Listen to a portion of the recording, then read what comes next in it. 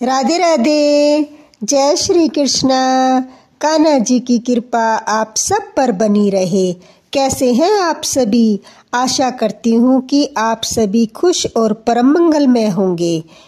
मकर संक्रांति बस आ ही गई है और हमारे हिंदू धर्म में मकर संक्रांति का बहुत ज़्यादा महत्व है। कुछ लोग इसे सकरात के नाम से भी जानते हैं। अलग अलग स्थान से इसे अलग अलग नाम मिला है इस त्योहार को, परंतु मान्यता और आस्था एक ही है। इस त्योहार में स्नान का विशेष महत्व है।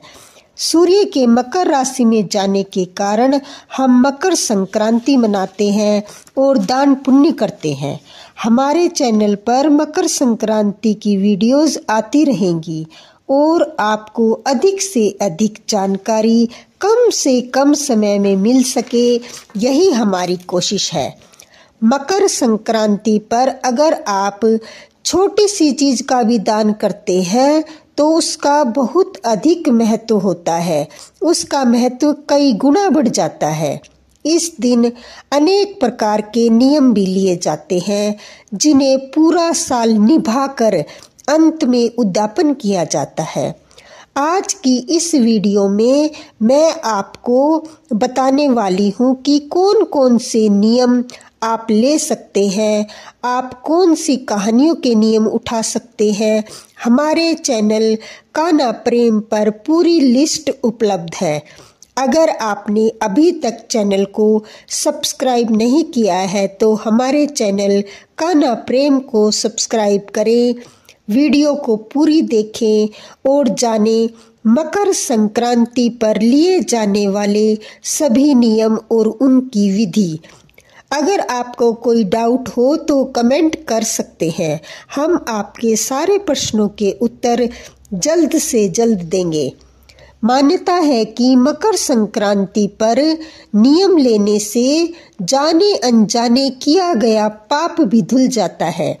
साथ ही आगे जाने वाले लोग के सभी रास्ते खुल जाते हैं। पूरी लिस्ट दान या नियम की आप अपने हिसाब से जो नियम ठीक लगे या जो आप नियम अपनी सामर्थ्य के हिसाब से पूरा कर सकें उसे आप ले सकते हैं। सकरात के कुछ नियम ऐसे हैं जो सिर्फ एक दिन किए जाते हैं। कुछ नियम आप हर सकरात पर कर सकते हैं। कुछ नियम एक साल में कंप्लीट करने होते हैं। लेकिन इसमें कुछ नियम ऐसे भी होते हैं जो रोज नहीं करने होते। आप बस साल भर में उन्हें कंप्लीट कर सकते हैं या फिर हर महीने की 14 तारीख को या संक्रांत वाले दिन यह नियम किया जाता है। सबसे पहले मैं आपको सिर्फ संक्रांत यानी मकर संक्रांति पर किए जाने वाले नियम बता देती हूँ। यह कर लीजिए संक्रांत वाले दिन जिसे आपको मनाना है, जैसे कि सास ससुर को मनाना होता है, ननंद को मनाना, इसके भी नियम होते हैं। जैसे आप अपने ससुराल वालों को मना सकते हैं, ननंद देवर, परंतु देवरानी को नहीं, क्योंकि वह आपकी छोटी बहन है। अगर आप किसी चीज का उद्यापन कर रहे हैं तो सुहागन महिला चाहिए तो आप अपनी देवरानी को ले सकते हैं। मनाने के नियम में आप सभी को मना सकते हैं, जैसे चाची सास को, चाची ताई को, इनको आप मना सकते हैं। पूजा पाठ में जो आपको दान करना है वह आप अपने बड़े रिश्ते जैसे सास, जेठानी, ननंद आदि को दिया जाता है, जहां से आपको आशीर्वाद मिले। सकरात वाले दिन सीढ़ी चढ़ाना, सीढ़ी उतारना, यह आप सास, ससुर, जेठ, जेठानी को करवा सकते हैं। हर कदम पर आप पैसे रखते हैं, वह सास ससुर आदि को दिए जाते हैं। इसके अलावा राह बुहारना, इसका मतलब है कि 4 जगह के रास्ते साफ करवाना। राह भी आप अपने जीवन काल में एक बार ही करवाते हैं। सबसे पहले सास ससुर जहाँ रहते हैं, और दूसरा जहाँ आपका मायका है, तीसरा जहाँ सास का मायका है या फिर आपके पति के मामा जहाँ रहते हैं, चौथा आता है आपके खुद के मामा यानी आपकी मम्मी के भाई जहाँ रहते हैं। यह आप अपने जीवन में एक बार ही करते हैं। चाहे तो साल में चारों जगह का एक बार ही करवा सकते हैं। फोन पर बोल दें झाड़ू वाली को कि पूरा साल सकरात से लेकर अगली सकरात तक गली में झाड़ू लगाना शुरू करे, और अगले साल आपको इसका उद्यापन करना होता है। सभी नियमों की डिटेल वीडियो हम अलग से जल्दी ही बनाकर चैनल पर डाल देंगे। यह राह वाला नियम एक बार पूरा करने के बाद दोबारा नहीं ले सकते। अब आइए जानते हैं कि वह नियम जो एक सकरात से शुरू करके अगली सकरात तक पूरे करने होते हैं, लेकिन कोई तय नहीं है कि साल में वह कब कंप्लीट होगा। जैसे कि 100 सेरे होते हैं, इसमें आपको 100 किलो चीज़ें दान करनी होती है। आप चाहे तो पहले ही 99 चीज़ें दान कर सकते हैं और एक चीज़ बचा ले, वह आप अगले साल संक्रांत वाले दिन दान करके उस 100 सेरे को कंप्लीट कर सकते हैं, या अपने हिसाब से किसी भी दिन कोई भी चीज़ दान करके पूरे साल में 100 चीज़ें पूरी करनी होती है। यह आप एक सकरात से अगली सकरात तक आपको पूरा करना होता है।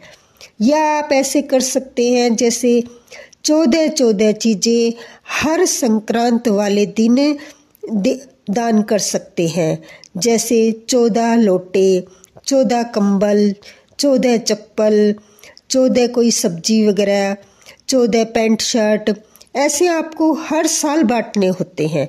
यह कई सालों तक चल सकता है। यदि आप चाहें तो 4 चीज़ें एक साथ दान कर सकते हैं। इसको करने में 25 साल लग जाते हैं। इसमें आपको 100 चीज़ें पूरी करनी होती है। आप चाहे तो 1000 चीज़ें भी दान कर सकते हैं, लाख चीज़ें भी दान करने का नियम ले सकते हैं। आप यह भी सोच सकते हैं कि मैं गिनती नहीं कर सकती, मेरे से साल में जो भी दान दिया जाएगा वह बेहतर है। इसमें कुछ नहीं सोचना होता। इसके बाद कुछ ऐसे नियम होते हैं जो आपको एक साल में पूरे करने होते हैं, बिना एक दिन भी उनको नहीं छोड़ना होता। यह 365 दिनों के नियम होते हैं। इसमें आपकी कथा कहानियाँ भी आती है, कुछ नियम भी आते हैं, तो वह कहानियाँ आपको बता देती हूँ। यह लिस्ट काफ़ी लंबी है, जो आपको ठीक लगे वह आप ले सकते हैं। हम हर साल का कुछ न कुछ नियम ले सकते हैं, जैसे तुलसी में दिया जलाना, तुलसा में आप रोज दीपदान कर सकते हैं। राह में दिया जलाने का नियम, जैसे आप अपने गेट के पास थोड़ा सा साइड में रोजाना शाम को दिया जला दे। इस दीपदान का मतलब यह है कि अंधेरे में उजाला करना।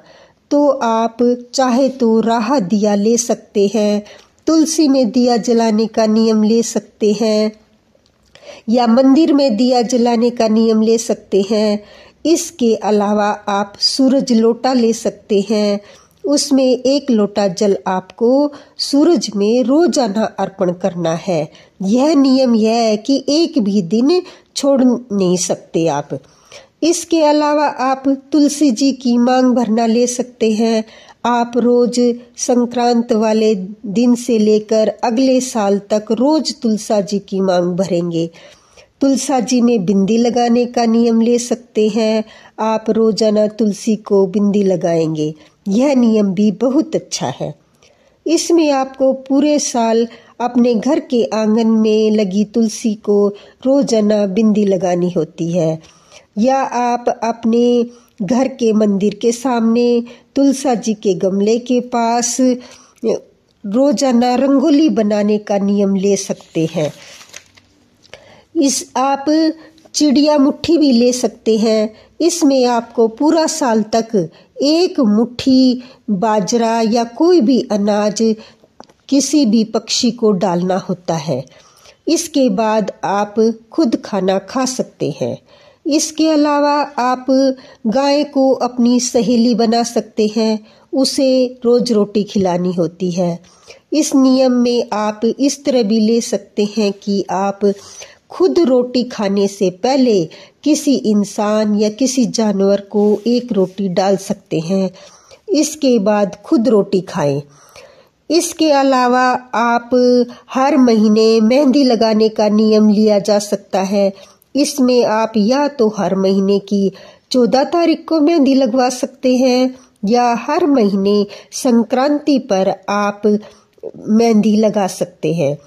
14 तारीख का नियम लेंगे कि या संक्रांति का, दोनों में से एक नियम लेना है। इस तरह हर महीने मांग भरवाने का नियम, किसी सुहागन से या किसी कन्या से आप हर महीने मांग भरवा सकते हैं, या फिर यह नियम लेने के बाद इसका उद्यापन भी किया जाता है। इसी तरह से आप माता पार्वती की मांग भरने का नियम ले सकते हैं, या फिर आप पूरे साल मंदिर में, वट वृक्ष में, पीपल में दिया लगाने का नियम ले सकते हैं। इसमें भी आप शाम के समय दिया जलाते हैं। आप मंदिर की सीढ़ियां साफ करने का नियम ले सकते हैं।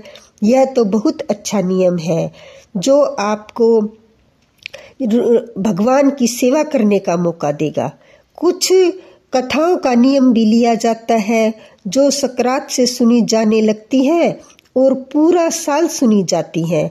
यह सब कथाएं हमारे चैनल पर उपलब्ध होंगी, जैसे कि आप पोपाबाई की कहानी, धर्मराज की कहानी, धरती माता की कहानी, यमराज की कथा, सीता माता की कथा, नवग्रह की कथा और भी अनेक कथा कहानियां हैं जो आप उनका नियम ले सकते हैं और पूरा साल तक वे कहानियां रोजाना सुननी होती है। इसके अलावा बहुत सारे नियम आप सकरात पर ले सकते हैं। अपने सामर्थ्य, अपनी सुविधा के अनुसार आप अपने हिसाब से यह सोच सकते हैं कि हमें कौन सा नियम लेना है जिसे मैं पूरा साल बिना किसी दिक्कत के पूरा कर सकूं। और सकरात के नियमों की डिटेल वीडियो और उनकी उद्यापन विधि, यह सब हमारी वीडियो हमारे चैनल पर उपलब्ध है। और अधिक जानकारी के लिए आप हमें कमेंट भी कर सकते हैं। मिलते हैं अगली वीडियो में। राधे राधे, जय श्री कृष्णा।